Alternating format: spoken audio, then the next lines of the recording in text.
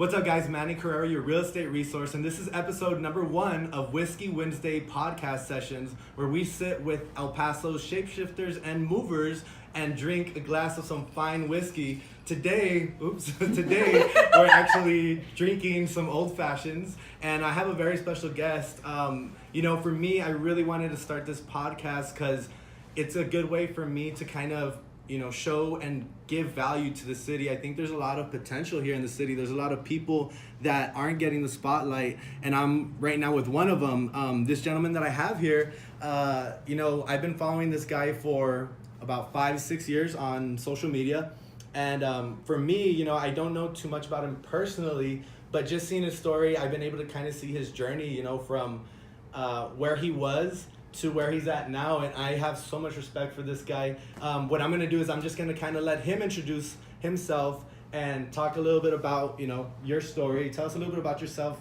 kind of a 5-second highlight, and we'll kind of get more into it as we go. So Ricky Ramirez, on social media you can find me at Real Talk Rick.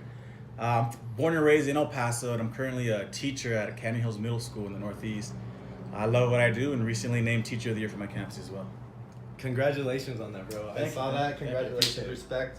I know that that's a huge accomplishment, especially, being so fresh into your career. Getting nominated for Teacher of the Year is definitely something that you should be proud of. So hats off to you, man. But cool, man. So where are you from? So born and raised Northeast El Paso, Devil's Triangle. 2-4 block. Shit. I lived here my whole life, except for the 4 years that I was in the Marine Corps. I was stationed in Yuma, Arizona. Did my time out there, came back. Nice. 2010. How long were you in the Marine Corps? I did my 4 years. 4 years in there. I got out as a sergeant. Did a tour in Iraq. Did another Marine Expeditionary Unit. Wow. And decided to come back home. What was that experience like? Life changing. Life changing. I got a lot of discipline, a lot of life lessons in the Marine Corps. Learned who I was. Learned how to be a true leader in the Marine Corps, and I decided to apply those lessons learned back in my hometown. Like you just got here, explain to your audience. What's up, guys? About to record episode number 2, Whiskey Wednesday podcast session. It's getting a little windy. I just got some dirt in my I got dirt. What's going on? So, also Manny Carrera is the business. Manny Carrera in the house with Fernando. So, how would you like for me to introduce you? Fernando Gandara. Gandara? Okay. Yeah. Fernando. I write everything down. And make sure Mr. you VITOLAS. understand I'm one. Yeah, well, VITOLAS. That's the name of the place. But a lot of people think it's my last name, but it's not. And I'll talk about when. Yeah. I'm gonna actually ask you. Where does the name come from? Yeah. What is one of the things that's most unique about VITOLAS? I'll ask you a lot of questions about the business, and even down to if you want to talk about employees, like how many people do you have on hand? What is a typical day like? What's the best time to come? What is your favorite whiskey? What is your favorite pair, cigar and whiskey? What's a typical day for you look like? What's a good cigar smoking? Your biggest mistake, and that was one of them. Biggest mistake is not understanding location better than I should. But I was early on. Now it's all about I'm looking for places that have higher traffic areas. Yeah. So when you show them to me, or when you bring me a deal or anybody, I'm always going to ask how busy are the streets around there. Yeah. Because it makes a big difference. I recently purchased a property. I say recently, it was like 6 months ago. The builder was going bankrupt. I took it over and I finished it for him, which is another thing. If you have liquidity, you can buy places from guys going bankrupt or guys or builders who have run out of money, and you can take it off their hands for pennies on the dollar, as long as you can cut a check for that amount. Right. But you get the property with that great word of instant equity. In this case, the property is probably worth about $850,000, but I only paid $530. So I have a $320,000 instant equity. So those are great deals. So I learned what manifestation was and law of attraction, and at the time in my life in Miami that I wanted to learn about these things and that I was interested about learning these things, I was interested in learning them because I was at a low point in my life. I was going through a lot of stuff out there in Florida. I wasn't happy, even though I had a cool car and a cool condo and I was making money. a whole bunch was missing from me, and I couldn't understand why. I couldn't understand it, and it frustrated me. So,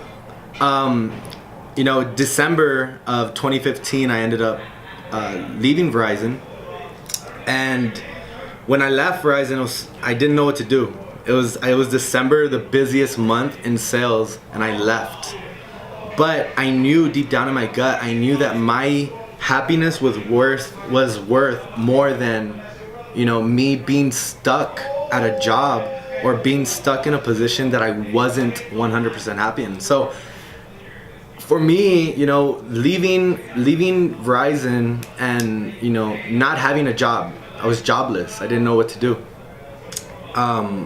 It was a real difficult situation for me, even though I had money saved, for the rest of the year for me to live on.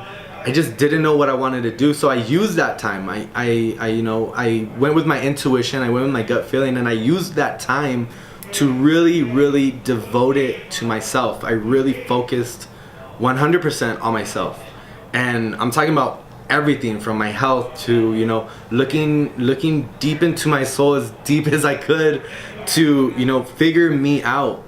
And so law of attraction, once I learned that everything that you manifest, everything that you want, as long as you keep wanting it and you make and your actions meet that want, those things do end up coming in your life, and it's crazy. But when I left Verizon, I immediately, like within that week, was joined by a group of the most motivated entrepreneurs that I've ever met out in Miami, Florida. It was they were with a network marketing company, and that's when I got into network marketing. So that first year of not being employed anywhere, I took on network marketing, and for me, it changed my entire life. It changed my mindset. And that's really where it changed, everything. It wasn't so much of an income thing. It was more of a mental thing. And for me, those 12 months of not working for anybody and just focusing on growing my mind and expanding it was the best investment to date. Like, I've never made a better investment. I graduated. I got a partial scholarship to go play. Which is, by the way, how we know each other. Yes, we grew up. Me and Manny, we go history. We got nothing but respect for this Don right here. He is the most loyal guy that you've ever come across, and he keep it 100 with you. He's no ketchup, no mustard. He's A1. He's legit. A1. You feel me? I like that. So mediocre type Right. thing. If you wake up to be mediocre, then you're gonna be mediocre forever. And I told myself one day, God put you here for a purpose. I went through a lot of stuff in life. My freshman year in college at Angelo State University, I was playing college basketball. I got a partial scholarship. I was involved in a really serious car accident where I was left to die. I'm a local business owner. I wasn't born here, but I feel like I've lived here long enough that I feel like I'm part of El Paso. I was actually born in Modesto, California, which is a small city by the Bay Area. Moved here when I was about 5 years old. Nice. My folks are actually from down here. My mom's actually from across the border. So like I said, I do have like a really Hispanic background. When did your family, or when did your mom move over here to the States? So actually, my mom moved to the States when I was born, because they wanted a better life for me. Right. My dad was American. He was born in El Paso. So they met down that road back then, and eventually I ended up in California somehow. That's awesome. Yeah, so I ended up down there, but like I said, I've been here since I was like 5 years old, so El Paso's home. I still have family back in California, but like I said, El Paso is definitely home. I went to school here.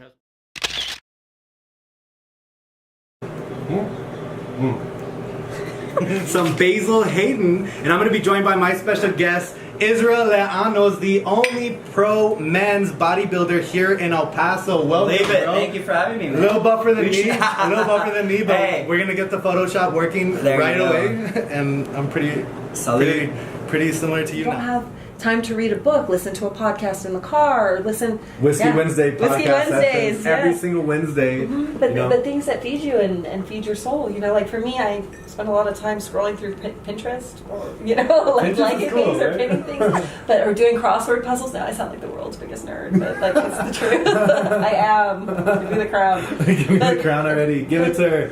Give it to her. It's just even just taking half an hour out of your day if you can, just going for a walk, just trying. Like, I'm not at all. So it doesn't even have successful. to be. It doesn't even have to be reading a book. It's just more self-reflection or just kind of tuning out. You know, spend time with a friend that you enjoy, and don't talk about work, and just hang out. You know, just try to tell me what you do. I'm looking for advice.